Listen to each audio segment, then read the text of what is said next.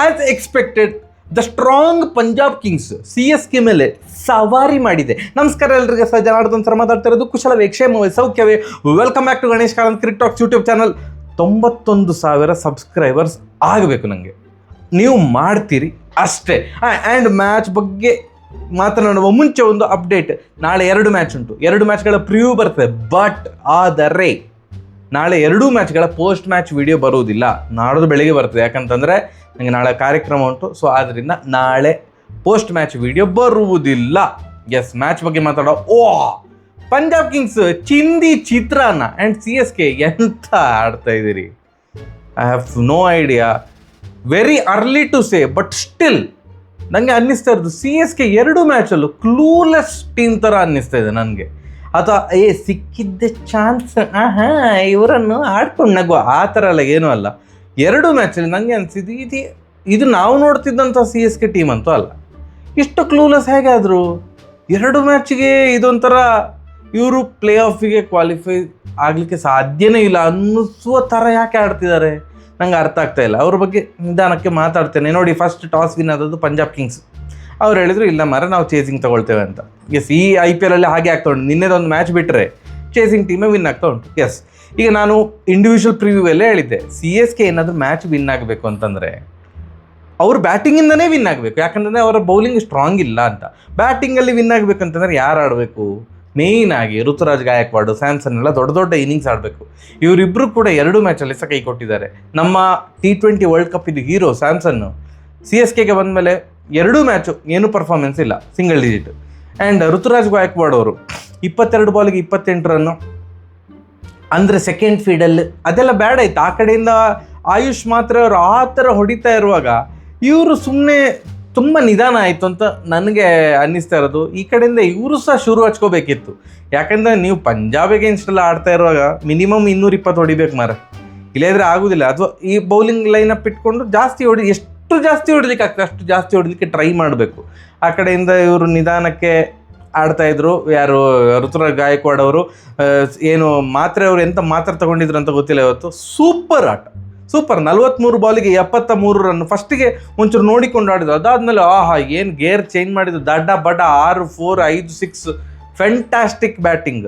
ಮತ್ತೆ ಮಿಡ್ಲ್ ಓವರಲ್ಲಿ ಮತ್ತೆ ಪುನಃ ಡೌನ್ ಆಯ್ತು. ನೋಡಿ, 14.2 crore ಕೊಟ್ಟು ಕಾರ್ತಿಕ್ ಶರ್ಮಾ ಅವ್ರನ್ನ ತಗೊಂಡಿದ್ದಾರೆ. ಪ್ರಶಾಂತ್ ವೀರ್ ಅವರಿಗೂ ಕೂಡ 14.2 crore. IPL ಇದು ಹಿಸ್ಟ್ರಿಯಲ್ಲಿಯೇ ಒಂದು ಅನ್ಕ್ಯಾಪ್ಡ್ ಪ್ಲೇಯರ್ಗೆ ಇಷ್ಟೆಲ್ಲ ದುಡ್ಡು ಕೊಟ್ಟು ಯಾವ ಫ್ರ್ಯಾಂಚೈಸಿ ಕೂಡ ತಗೊಂಡಿರಲಿಲ್ಲ. CSK ತಗೊಂಡಿದ್ದಾರೆ. ಇವರು ಕೇಳಿದ್ದಲ್ಲ, ಕಾರ್ತಿಕ್ ಶರ್ಮಾ ಅಥವಾ ಪ್ರಶಾಂತ್ ವೀರ್ ಅವರು ನನಗೆ ಅಷ್ಟು ಕೊಡಿ ಅಂತ ಕೇಳಿದ್ದಲ್ಲ.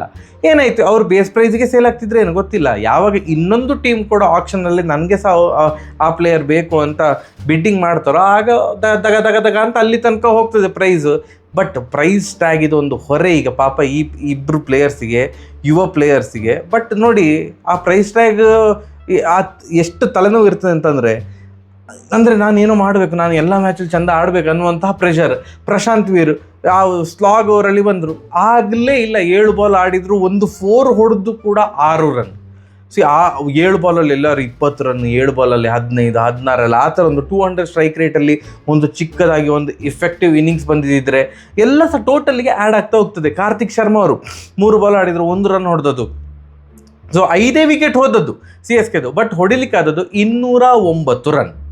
ಅಂದರೆ ಇದಕ್ಕಿಂತ ಸಹ ಜಾಸ್ತಿ ಹೊಡಿಲಿಕ್ಕೆ ಆಗ್ತಾ ಇತ್ತು. ಯಾಕಂತಂದರೆ ಶಿವಮ್ ದುಬೆ ಕೂಡ ಒಂದು ಫಸ್ಟಿಗೆ ಒಂದು ಚೂರು ಸ್ಲೋ ಆಯಿತು. ಬಟ್ ಕೊನೆಗೆ ಲಾಸ್ಟಿಗೆ ಆ್ಯಸ್ ಯೂಶ್ವಲ್ ಕ್ಲಚ್ ಪ್ಲೇಯರ್ ಅಂತ ನಾವೇನು ಹೇಳ್ತೇವೆ, ಭಾರಿ ಚೆಂದ ಮಾಡಿ ಆಡಿದರು.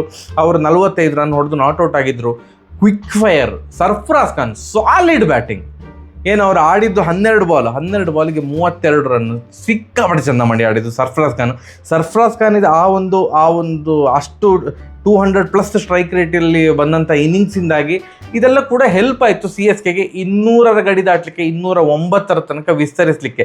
ಬಟ್ ಇಂಥ ಸ್ಟ್ರಾಂಗ್ ಬ್ಯಾಟಿಂಗ್ ಲೈನಪ್ ಇರುವಂತಹ ಏನು ಪಂಜಾಬ್ ಕಿಂಗ್ಸ್ ತಂಡದೆದುರು ಅಷ್ಟು ರನ್ ಸೀರಿಯಸ್ಲಿ ಸಾಕಾಗೋದಿಲ್ಲ. ಸಾಕಾಗಬೇಕಂತಿದ್ರೆ ಪವರ್ ಪ್ಲೇಲಿ 3-4 ವಿಕೆಟ್ ತೆಗಿಬೇಕಿತ್ತು, ಅಟ್ಲೀಸ್ಟ್ 2 ವಿಕೆಟ್ ತೆಗಿಬೇಕಿತ್ತು. ಪವರ್ ಪ್ಲೇ ಧೂಳಿಪಟ. Priyansh Arya, oh my God, ಏನು ಕೆಲವು ಪ್ಲೇಯರ್ಸಿಗೆ ಆ ಟೈಮಿಂಗ್ ದೇವರು ಸ್ವಲ್ಪ ಓವರ್ ಆಗಿ ಬರೆದು ಕೊಟ್ಟಿರ್ತಾರೆ ಅಂತ ಕಾಣ್ತದೆ.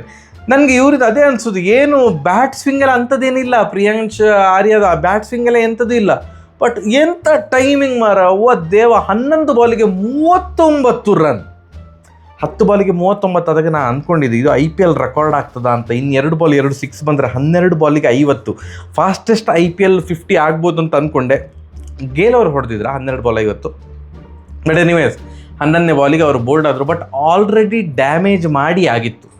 ಅದಾದಮೇಲೆ ಬಂದಂಥ ಎಲ್ಲ ಪ್ಲೇಯರ್ಸ್, ಇವತ್ತು ನೆಹಾಲ್ ವಾದೇರಾ ಬಿಟ್ಟು ಮತ್ತು ಎಲ್ಲ ಪ್ಲೇಯರ್ಸು ಕೂಡ ಸೂಪರಾಗಿ ಆಡಿದ್ದಾರೆ. ಇಫೆಕ್ಟಿವ್ ಇನ್ನಿಂಗ್ಸು, ಅಂದರೆ ತಂಡಕ್ಕೆ ಕಾಂಟ್ರಿಬ್ಯೂಟ್ ಆಗುವಂತಹ ಇನ್ನಿಂಗ್ಸು. ಪ್ರಭ್ ಸಿಮ್ರನ್ ಸಿಂಗ್ 43 ರನ್ ಹೊಡೆದ್ರು, 34 ಬಾಲಿಗೆ 43 ರನ್ನು. ಕೊನೆಗೆ 2 ರನ್ ಓಡುವಂಥ ಧಾವಂತಲ್ಲಿ ಮಿಸ್ಕಮ್ಯುನಿಕೇಷನ್ ಆಗಿ ರನ್ಔಟ್ ಆದರು. ಅದಾದಮೇಲೆ ಅವರ ಕ್ಯಾಪ್ಟನ್ ಶ್ರೇಯಸ್ ಅಯ್ಯರ್ ಅವರು 29 ಬಾಲಿಗೆ 50 ರನ್, ಫೆಂಟ್ಯಾಸ್ಟಿಕ್. ಕಾನೋಲಿ 22 ಬಾಲಿಗೆ 36 ರನ್ನು, ಫೆಂಟ್ಯಾಸ್ಟಿಕ್ ಇನ್ನಿಂಗ್ಸ್. ಎಲ್ಲರಿಗೂ ಕೂಡ ಯಾರಿಗೂ ಕೂಡ ಸಿಕ್ಕಾಪಟ್ಟೆ ದೊಡ್ಡ ಇನ್ನಿಂಗ್ಸ್ ಬರಲ್ಲ, ಬಟ್ ಎಲ್ರದ್ದು ಕೂಡ ಆ ಒಂದು ಚೇಸಿಗೆ ಕರೆಕ್ಟಾಗಿ ಸೂಟ್ ಆಗುವಂತಹ ಇನ್ನಿಂಗ್ಸೇ ಇತ್ತು. ಕೊನೆಗೆ ಲಾಸ್ಟ್ ಮಿನಿಟಿಗೆ ಶಶಾಂಕ್ ಸಿಂಗ್ ಅವರು ಬಂದರು, 6 ಬಾಲಿಗೆ 14 ರನ್ ಹೊಡೆದ್ರು. ಸ್ಟಾಯ್ನಿಸ್ ಅವರು ಆಡಿದ್ದೇ 3 ಬಾಲಲ್ಲಿ 2 4 ಹೊಡೆದ್ರು. ಸೊ 3 ಬಾಲಲ್ಲಿ 9 ರನ್ ಹೊಡೆದ್ರು. ಕೊನೆಗೆ 18.4 ಓವರ್ಸಲ್ಲಿ 210 ರನ್ ಟಾರ್ಗೆಟ್ ರೀಚ್ ಆಗೇ ಆಯಿತು. ಪಂಜಾಬ್ ಕಿಂಗ್ಸ್ 2-2 ಮ್ಯಾಚ್ಗಳನ್ನು ಗೆದ್ದಿದ್ದಾರೆ. ಪಂಜಾಬ್ ಕಿಂಗ್ಸ್ ಅವರು 2-2 ಮ್ಯಾಚ್ಗಳನ್ನು ಸೋತಿದ್ದಾರೆ CSK ಅವರು. ನನಗೆ CSKದು ಮಾತ್ರ ನನಗೆ ಈ IPL ಅಲ್ಲಿ ನನಗೆ ಇಷ್ಟು ಬೇಗ ಇಲ್ಲ, ಇದು ಯೂಶ್ವಲಿ ಇಷ್ಟು ಬೇಗ ಎಲ್ಲ ಪ್ರೆಡಿಕ್ಟ್ ಮಾಡಲಿಕ್ಕಾಗೋದಿಲ್ಲ, ಎಂತ ಬೇಕಾದ್ರೆ ಆಗ್ಬೋದು. ಅಫ್ಕೋರ್ಸ್ ಸ್ಯಾಮ್ಸನ್ನು, ಗಾಯಕ್ವಾಡು ಎಲ್ಲರ ಸಹ ಕ್ಲಿಕ್ ಆದರೆ ಭಯಂಕರ ಟೀಮು, ಬಟ್ ಬ್ಯಾಟಿಂಗ್ ಕ್ಲಿಕ್ ಆಗಲೇಬೇಕು, ಬೇರೆ ದಾರಿಯೇ ಇಲ್ಲ. CSK ಡಿಫೆಂಡ್ ಮಾಡಲಿಕ್ಕೆ ಆಗೋದಿಲ್ಲ. ಇಲ್ಲಿಯವರು ಹಿಯರ್ ಆ್ಯಂಡ್ ದೇರ್ ಕೆಲವೊಂದು ಮ್ಯಾಚ್ ಡಿಫೆಂಡ್ ಮಾಡ್ಬೋದು, ಬಟ್ ಇವರ ಬೌಲಿಂಗ್ ಖಂಡಿತವಾಗಿ ಸಹ ವೀಕ್ ಉಂಟು. ಮ್ಯಾಟ್ ಹೆನ್ರಿ ಬಿಟ್ಟರೆ ಯಾರು ಕೂಡ ಅಂಥದ್ದೊಂದು ವಾವ್ ಬೌಲರ್ಸು, ಅದು ಸಹ ಈ ಥರ ಒಂದು ಫ್ಲ್ಯಾಟ್ ಪಿಚ್ಗಳಲ್ಲೆಲ್ಲ ನಿಮಗೆ ಸಿಕ್ಕಾಪಟ್ಟೆ ವಾವ್ ಬೌಲರ್ಸ್ ಇರಬೇಕಾಗ್ತದೆ. ಇಲ್ಲೇ ಇದ್ರೆ ರನ್ ದಾಗ ಅಂತ ಬಿಟ್ಟು ಕೊಡ್ತಾ ಇರ್ತಾರೆ. ಇನ್ಫ್ಯಾಕ್ಟ್ ಇವತ್ತು ಮ್ಯಾಟ್ ಹೆನ್ರಿ ಕೂಡ ಸರಿಯಾಗಿ ಹೊಡಿಸ್ಕೊಂಡ್ರು. ಐ ಥಿಂಕ್ 50 ಒಳ್ಳೆ 50. ಆ್ಯಕ್ಚುಲಿ ಈ ಮ್ಯಾಚ್ ಇದು ಸೆಕೆಂಡ್ ಹೈಯೆಸ್ಟ್ ಸ್ಕೋರೇ. ಮಾತ್ರೆ ಅವ್ರನ್ನ ಬಿಟ್ಟರೆ ಹೆನ್ರಿ ಅವರು 54 ರನ್ ಏನೋ ಹೊಡಿಸ್ಕೊಂಡ್ರ ಅಂತ. So congratulations Punjab Kings. ಖುಷಿ ಆಯ್ತು. ಅಂದರೆ ನಾನು ಎಕ್ಸ್ಪೆಕ್ಟ್ ಮಾಡಿದ್ದೆ, ಬಟ್ ನೀವು ಏನು ಅಂದ್ಕೊಂಡಿದ್ರೇನೋ. ನಾನು I am asking CSK fans, ತುಂಬ ಜನ ಇದ್ದೀರಿ CSK ಫ್ಯಾನ್ಸ್, ಅದರಲ್ಲಿ ಡೌಟೇ ಇಲ್ಲ. ನಮ್ಮ ಚಾನಲಲ್ಲಿ ಹೈಯೆಸ್ಟ್ ಫ್ಯಾನ್ಸ್ ಇರೋದು RCB ಫ್ಯಾನ್ಸ್, ಅದಾದಮೇಲೆ CSK ಮತ್ತು ಮುಂಬೈ ಫ್ಯಾನ್ಸ್ ಜಾಸ್ತಿ ಜನ ಇರೋದು. ನಾನು CSK ಫ್ಯಾನ್ಸ್ಗೆ ಕೇಳ್ತಾ ಇರೋದು, ಎಂಥ ಅಕೌಂಟ್ ಅಣ್ಣ CSK ಟೀಮಲ್ಲಿ.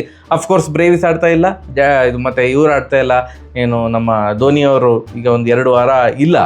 ಸೊ ಅದು ಹೊಡೆತ ಬಿತ್ತ, ಅಥವಾ ಜಡೇಜಾ ಅವರ ಅನುಪಸ್ಥಿತಿ ಕಾಡ್ತಾ ಉಂಟಾ? ಜಡೇಜಾ ಹಾಗೂ ಸ್ಯಾಮ್ಸನ್ ಅವರ